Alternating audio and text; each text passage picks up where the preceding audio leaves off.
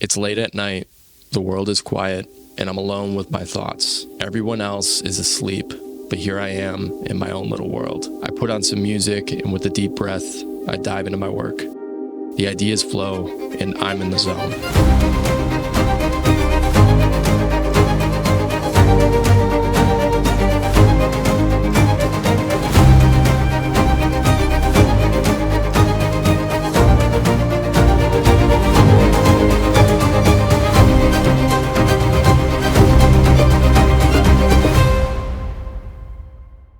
But that's not always how it goes.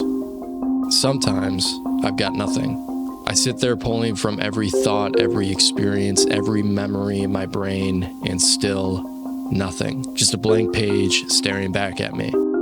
It's frustrating, incredibly frustrating, especially when you've been trying to stick to a consistent schedule. That looming deadline on the calendar gets closer, but the inspiration doesn't come.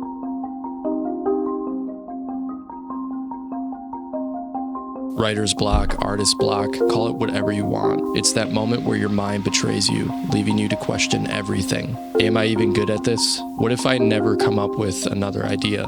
Maybe I should quit. I've asked myself all of these questions throughout my creative career. They're like an unwelcome loop that plays whenever the well runs dry, and the frustration builds. You try everything, scrolling through your favorite creators for inspiration, revisiting old work, and even staring at the blank canvas until your eyes hurt. Yet, no matter how hard you try, the block remains.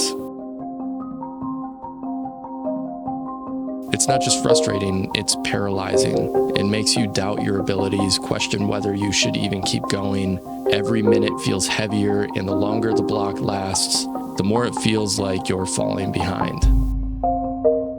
But here's the truth. None of those doubts are real. They're just noise. And over time, I've learned one answer that works for me when nothing else will. Stop trying. Think about it like this. Imagine you're lying in bed trying to sleep. You toss and turn, adjusting the pillows, flipping from one side to the other. Maybe you're too cold, so you turn the heat up, but now you're too hot. Your blanket feels suffocating, so you kick it off only to shiver minutes later. The room feels too quiet, so you put on some white noise, but now every little sound seems amplified. You start focusing on your breathing, trying to slow it down, thinking that maybe that will help. But now every inhale feels forced and every exhale feels shallow. Your thoughts just start racing. Did you remember to apply to that email? What if you forget to bring something important tomorrow? The more you try to shut it off, the more your mind fixates. Minutes stretch into hours. You check the clock, 12:30, then 1:15, then 2 o'clock. Panic sets in as you think about how little time you have left until your 6 a.m. alarm goes off. If I don't sleep now, tomorrow will be a disaster. I won't be able to focus. I'll be miserable. You think, and with every passing moment, the pressure grows until finally, exhaustion takes over, and you drift off when you least expect it.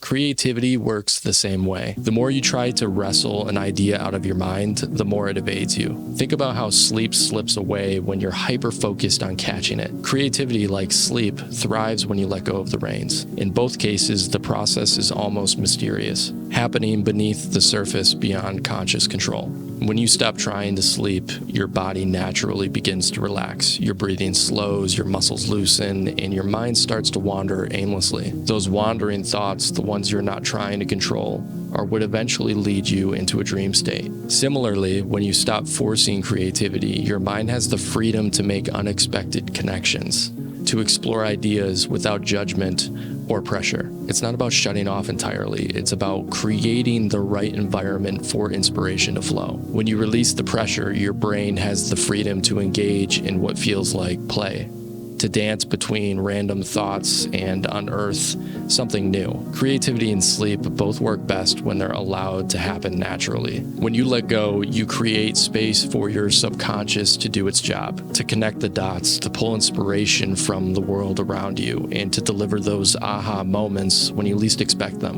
And let's be honest, ideas aren't just going to pop out at you while you're sitting behind your computer. That blank page, it's not a source of inspiration. It's a mirror reflection deflecting your frustration. The longer you sit there, the more it feels like a battle you can't win. When was the last time you had a great idea come to you while forcing yourself to think of one? Probably never. Creativity doesn't thrive under pressure or in static environments. It thrives in movement, in change, in the moments when you're not even trying. I've found that the best ideas often come when I'm not even thinking about creating. They sneak up on me while I'm driving and listening to music, reading a book, or hanging out with friends. It's in those moments when I'm just living my life that inspiration strikes. Maybe that's why they say art imitates life.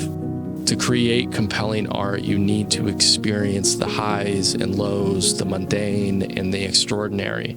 Every conversation, every walk in the park, every quiet moment, sipping coffee, all of it becomes material for creation. Art is a reflection of the human experience, and the richer your life, the deeper your creative well grows. Whether it's the joy of a spontaneous laugh with friends or the quiet contemplation of a sunset, these moments shape your perspective and fuel your work.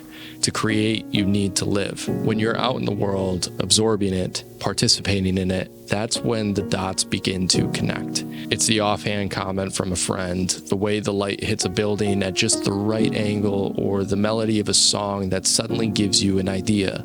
Creativity feeds on these tiny, fleeting moments that remind us we're part of something bigger. So if you're feeling stuck, remember it's okay to take a break for a little while. Creativity isn't something you can force, it's something you allow to happen. When you stop trying so hard, the ideas will come, and when they do, you'll be ready to bring them to life.